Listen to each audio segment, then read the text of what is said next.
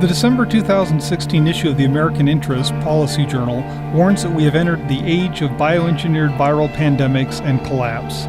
Many experts say bioengineered viral pandemics are inevitable due to new technologies that make it easy to modify an existing virus, making it more lethal or transmissible.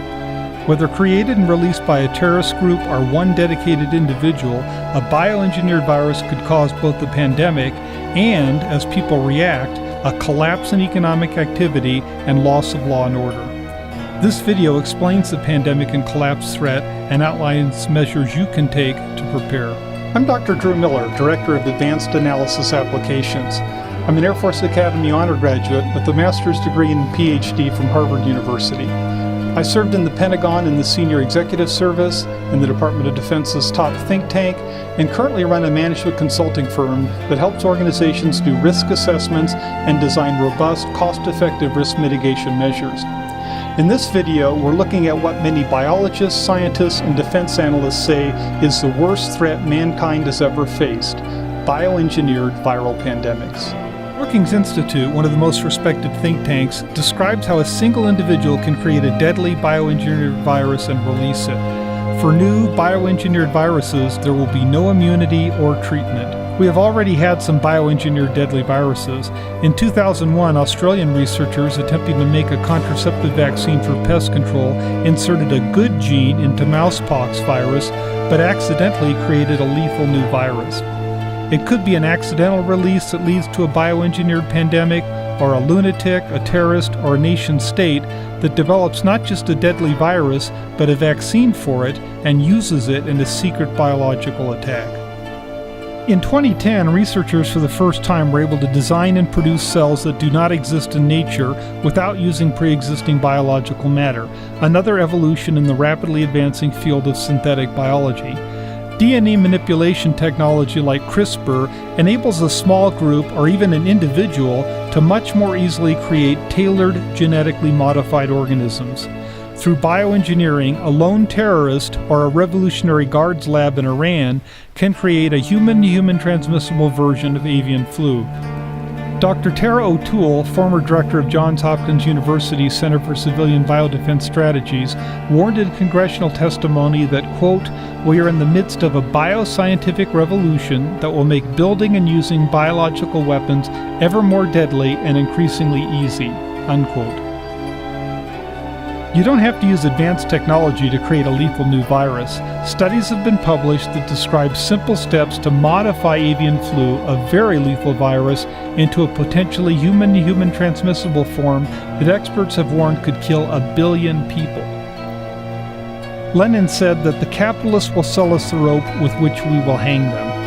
As I watch advances in DNA manipulation technology, I see us promoting technology that will enable a terrorist group or even one demented biologist who wants to kill people in order to save the environment, develop a new virus that can wipe out most of the human species. When I tell people that there is a do-it-yourself biosite and thousands of people doing DNA manipulation and bioengineering experiments in their garages, many don't believe me. But it's true, there are biohackers and many good-intentioned people trying to develop cures for some disease. But some are likely Unabomber lunatics and terrorists. While Ebola caused great alarm, it is not very contagious. Its low transmissibility limits its ability to cause a pandemic. Avian influenza, on the other hand, which we know has been modified in labs to be air transmissible in some mammals, could yield the worst pandemic mankind has experienced. The worst threat is a deliberately bioengineered virus that Iran or North Korea or a terrorist group creates with the combination of high lethality and transmissibility plus a period where infected people are contagious before their symptoms show, so victims can spread the virus for a few days before they get sick and show obvious symptoms, unknowingly spreading the virus everywhere. Compared to a nuclear weapon, a bioengineered virus could kill far more people and not threaten the attacking group, since we probably couldn't detect or prove who released the virus, and they might develop a vaccine before they release it in case it spreads back to their nation. The calculations shown here illustrate how a small terrorist group, in this case 30 Iranian Revolutionary Guard volunteers, spread a bioengineered virus in U.S. airports that, like smallpox, yields infected people who are not sick and showing symptoms for a few days, so they also spread it. While the Center for Disease Control will quickly detect a pandemic when infected people show up at doctors' offices, in this example it will be far too late. 5 million Americans would be infected, and the virus would be present in probably every state and major city, and perhaps most towns as well. Quarantine will be impossible at this point. The pandemic will be unstoppable, and we will experience the worst disaster and loss of life in our history. We consistently ignore threats of really bad events that we've not experienced before. In his best-selling book, Nassim Taleb explained how standard risk management practices, along with common thinking errors and organizational behaviors, make us suckers for black swan disasters. Scientists and biologists have been warning about an inevitable pandemic, and Taleb himself has also warned of this pending black swan disaster. Taleb wrote that, quote, "Things have a bias to appear more stable and less risky in the past, leading us to surprises.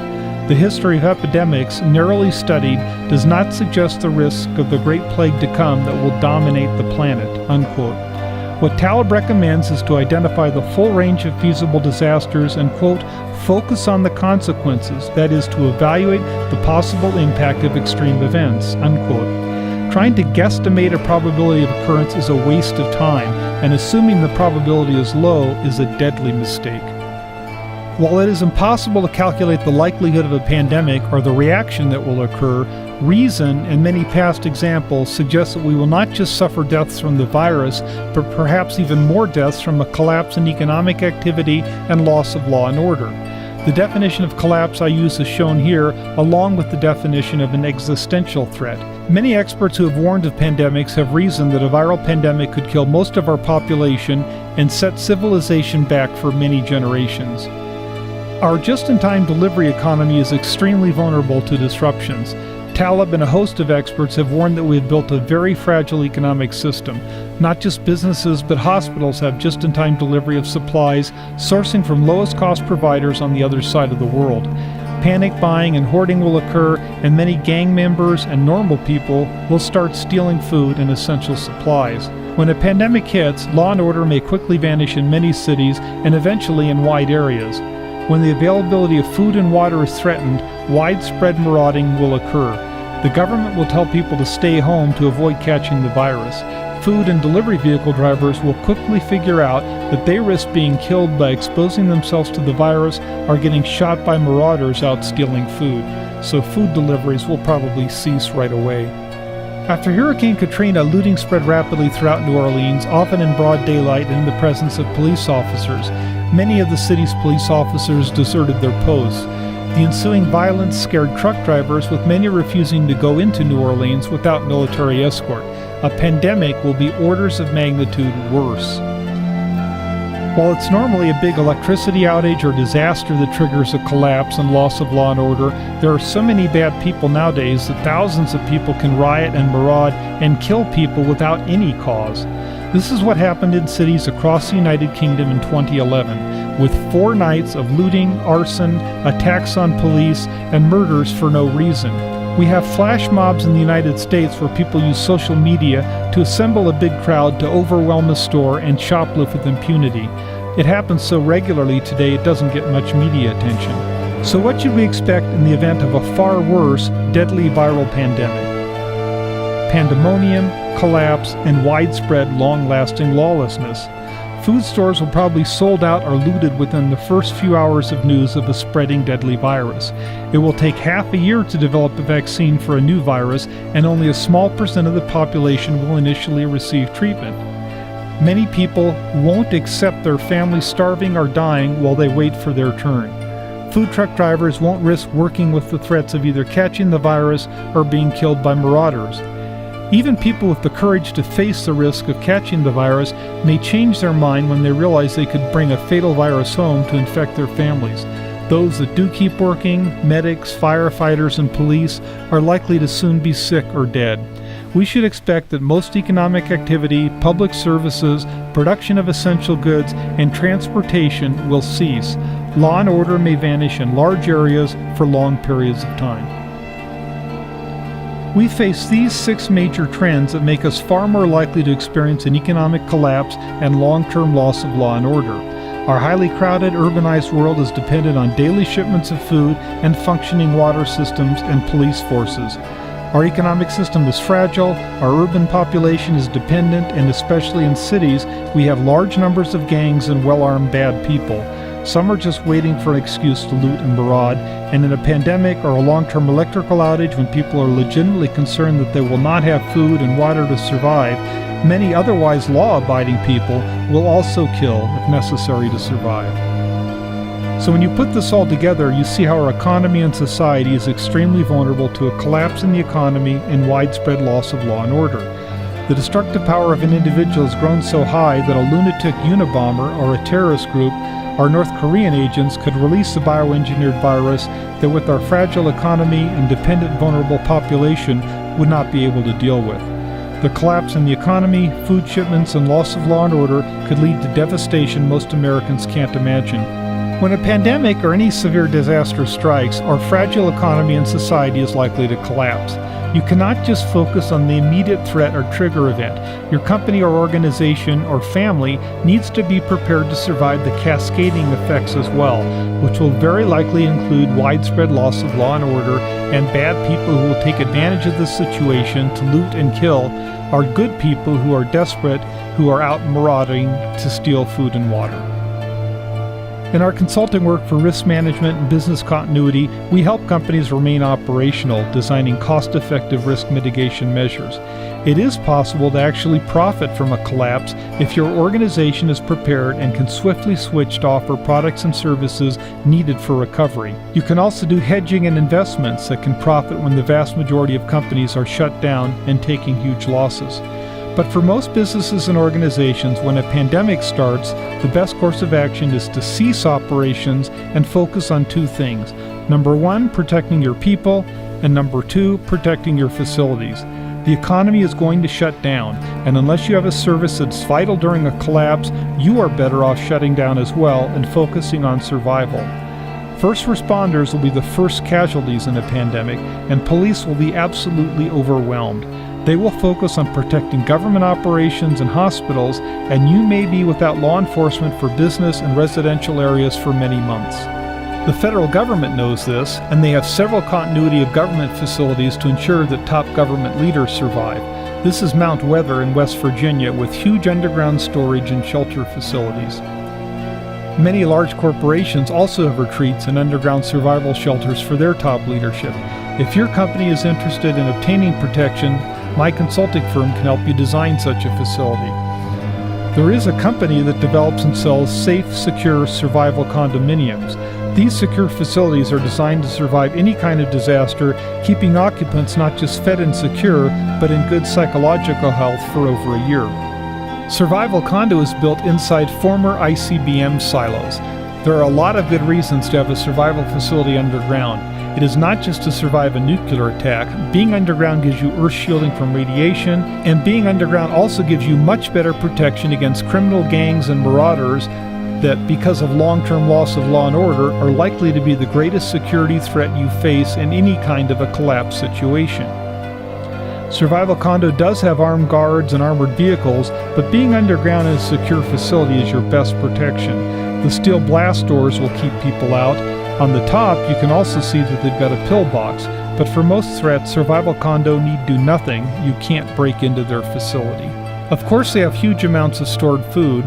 Survival Condo also has hydroponics to grow food, and of course, they have underground wells for fresh, safe supply of water. You need to assume that our vulnerable electric grid will be taken down in a severe collapse situation, so Survival Condo has wind generators, solar, diesel generators, and battery storage. In a pandemic situation, you don't want to have everyone mingling together. You need to keep people separated at least for a few weeks to be sure that someone who has caught a virus is not now in your survival shelter. I visited many survival facilities that don't have the ability to quarantine or keep people separated. The survival condo private condominiums are thus vital because they can keep people separate. They're also luxurious, and while they do have a lot of community space for interactions, it is essential in a pandemic situation to keep people separated in private rooms until you're sure that no one in the facility is contagious. Another thing that is often overlooked is psychological health. Survival Condo has beautiful facilities and the ability to keep residents very safe and secure, but they also have a lot of facilities and design to make sure that you stay in good mental health during what could be a very long period of collapse and need to be in shelter and survival facilities. When the virus has passed and it's clear that no one in your survival facility is sick, it's important for people to return to a somewhat normal style of life and be able to enjoy themselves. Survival Condo has a pool, classrooms, libraries, meeting rooms, climbing walls, and full facilities to not just physically survive a collapse, but enjoy living. Some people have the mistaken notion that you can just go to your home and wait out a pandemic or other disaster that leads to a collapse in a functioning economy and loss of law and order. Even if you've got a group of people organized for survival, if you don't have the means to do quarantine and keep them separated, it takes just one infected person entering to kill all of you. It is a lot of work to stockpile the food for up to a year, and especially to provide the armed guards you need for security. We can help the organization design security facilities and procedures, but most people are much better off buying into a well-organized facility like Survival Condo. So unless you've got an ICBM silo or can join Survival Condo, you need to develop a plan to deal with the pandemic and loss of law and order that may be very widespread and last for months or worse. You can have very simple, Spartan survival shelters, or a luxury facility like Survival Condo that's more like a resort hotel than a survival bunker, with pools and the rock climbing walls, library, classrooms, and everything you need to make it seem like you're on vacation rather than in a survival situation. A pandemic is inevitable, and may be from natural causes, or a laboratory accidental release, or some DNA manipulator in a garage who accidentally creates and then spreads a new virus. Worst case, it would be a nation-state like Iran or North Korea sending agents over here to spread a deadly new virus they bioengineered to be highly lethal and highly transmissible. We would not be able to prove they did this, and it would be too late to retaliate. Thus, many experts say we are going to face bioattacks since there is simply no better way to attack and devastate the United States than to release a bioattack. You can't wait until a virus is spreading to act. For your organization and personnel to survive a pandemic, you need to get prepared now.